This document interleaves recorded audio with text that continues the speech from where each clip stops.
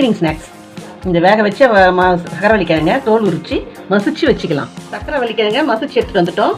ஒரு கால் கப்பு உள்ள கடலைப்பருப்பை வேக வச்சு இந்த மாதிரி மிக்சியில் பவுடர் ஆக்கிட்டேன்.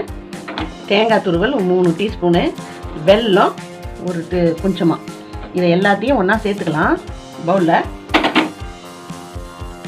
சக்கரவள்ளிக்கிழங்கு, கடலைப்பருப்பு, தேங்காய், வெல்லம், கொஞ்சமாக ஏலக்காய் பொடி, ஒரு பிஞ்ச் அளவுக்கு சால்ட்டு, இது எல்லாத்தையும் போட்டு பிசைஞ்சிக்கலாம். பிசைஞ்சாச்சு.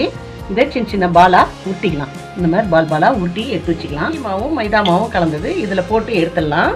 போட்டு எண்ணெயில் போட்டு பொரிச்சு எடுக்கலாம்.